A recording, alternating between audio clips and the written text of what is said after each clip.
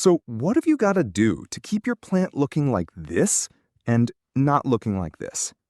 Well, in this video, I want to go over the full care guide for the peace lily and how you can keep the flowers coming back for a long time to come. What we're seeing here is a lily that's suffering from severe dehydration, likely caused by underwatering or root damage.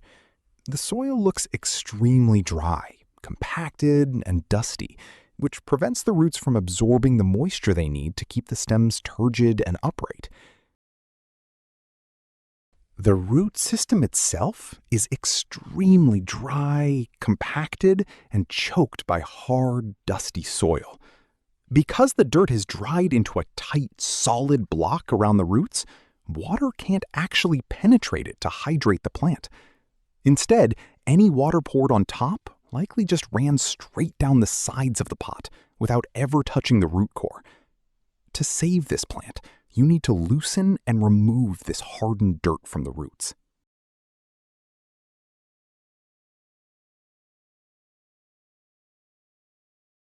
Using a pair of pruning shears, we're going to trim off any bad parts of the plant, from the roots all the way to the leaves. Any root that's dried out, brittle, or dead, it goes. Any leaf that's turned brown and crispy beyond saving, it goes too. We want to strip this plant back to just the healthy parts, so all of its energy can go toward recovery, instead of trying to keep dead tissue alive.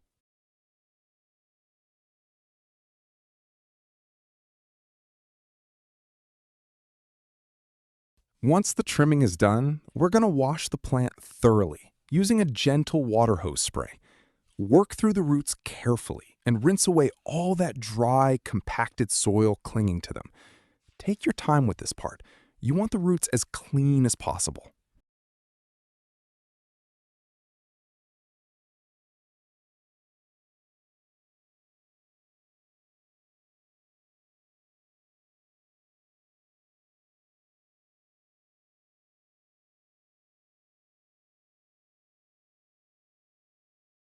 Next, fill a container with clean water, because we're going to rinse the entire plant in it, making sure everything is fully submerged. This makes sure that any last bit of dried, compacted dirt still clinging to the roots gets completely washed away, leaving nothing behind but clean, bare roots ready to absorb what we give them next. While we let that soak, let's get our main solution ready. Start by filling another container with water. Then add in a teaspoon of honey.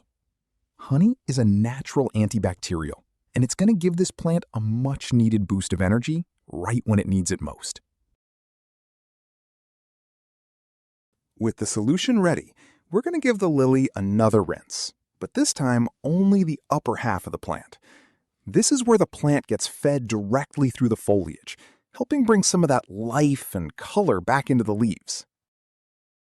Moving on to the last solution we're going to be making, and it starts, once again, by filling a container with water, but this time, it's hot water.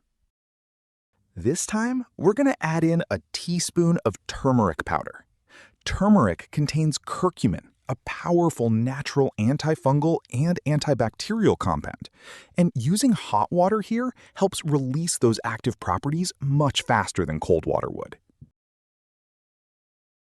We're going to let that steep for roughly an hour. After around an hour, go ahead and start straining the solution, filtering out any leftover turmeric powder until all you're left with is that clean, deep golden liquid. This is the good stuff, packed with everything the roots need to fight off any lingering bacteria or fungus as the plant starts to recover. And this is going to be the last rinse with our solutions, because yes, we're going to rinse the lower half of the plant into this turmeric solution. Let the roots sit in there and really soak it up. This is where that antifungal protection goes to work, right where the plant needs it most, after everything it's just been through. After 30 minutes, take the plant out, and you can already start to see changes in the plant. take a soft tissue and give it a gentle wipe down, making sure everything stays moist, not wet. We don't want any water pooling in the crevices. We just want that thin layer of turmeric goodness left on the surface. What I have here is a potting mix, consisting of dirt, sand, and rice hulls, all mixed together. The goal here is to create something that holds a bit of moisture, but still drains freely and lets air reach the roots. Peace lilies aren't quite as strict as orchids, but they still hate sitting in dense, waterlogged soil. So this mix gives us the best of both worlds. Good structure, good drainage, and just enough retention to keep the roots happy.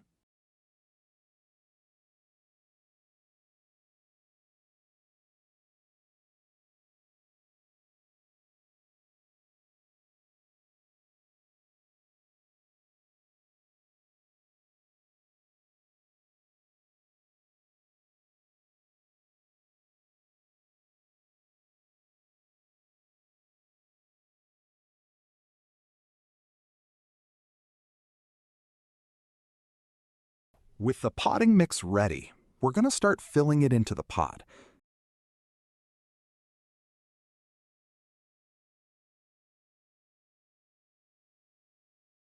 Once you're about halfway, carefully position the plant in the center, making sure it's sitting upright and straight, not leaning to one side. This matters more than people think, because if the plant settles in crooked now, it'll keep growing that way, and you'll be fighting against it for months. Once you're happy with the position, hold it steady and begin filling in the rest of the mix around the roots. Gently pack it in as you go, just enough to hold everything secure and upright, but don't press down too hard.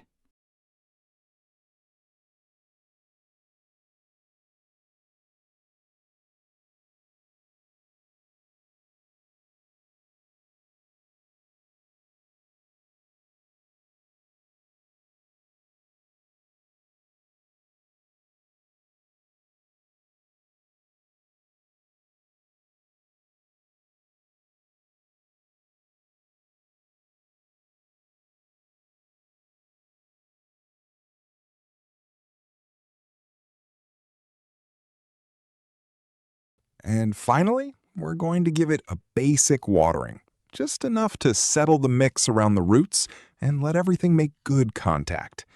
From here, it's really just about patience, keeping it in a spot with bright, indirect light and letting time do its thing.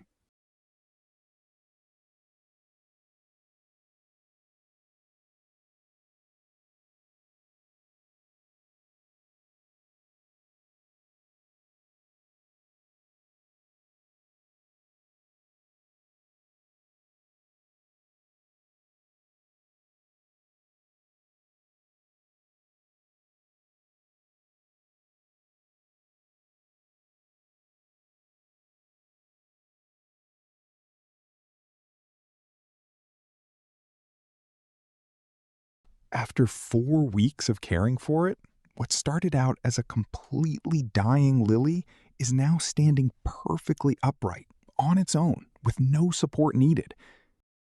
And that alone tells you something important. It means the root system has recovered enough to actually pull water back up through the stems again. That's the whole battle right there.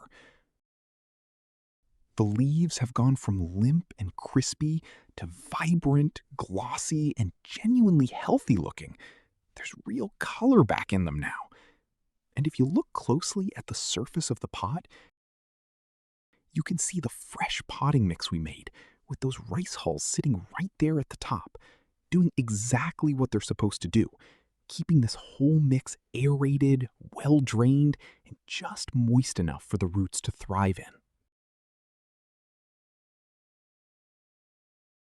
Now, this is where we're going to bring back that same turmeric solution, because the story doesn't just stop here. Recovery is one thing, but keeping this plant thriving long term is a whole different job. So going forward, we're going to keep using that same golden turmeric mixture, not as a rescue remedy this time, but as an ongoing part of its regular care. Once every couple of weeks, I'll water the base with a small amount of that solution. just enough to keep feeding the roots and keep any lingering bacteria or fungus from ever getting a foothold again. It's the same simple ingredient, doing the same simple job, just now it's about maintenance instead of emergency recovery.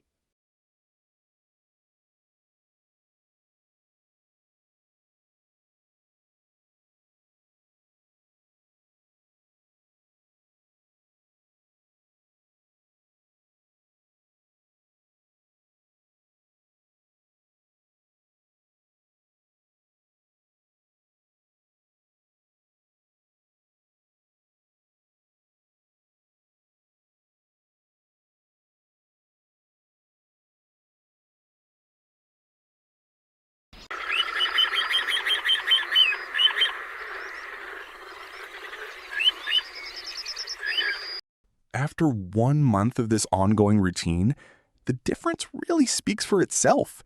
New leaves are pushing through, each one slightly bigger and glossier than the last, and the color is deep and even across the whole plant. None of that dull, washed out look it had before.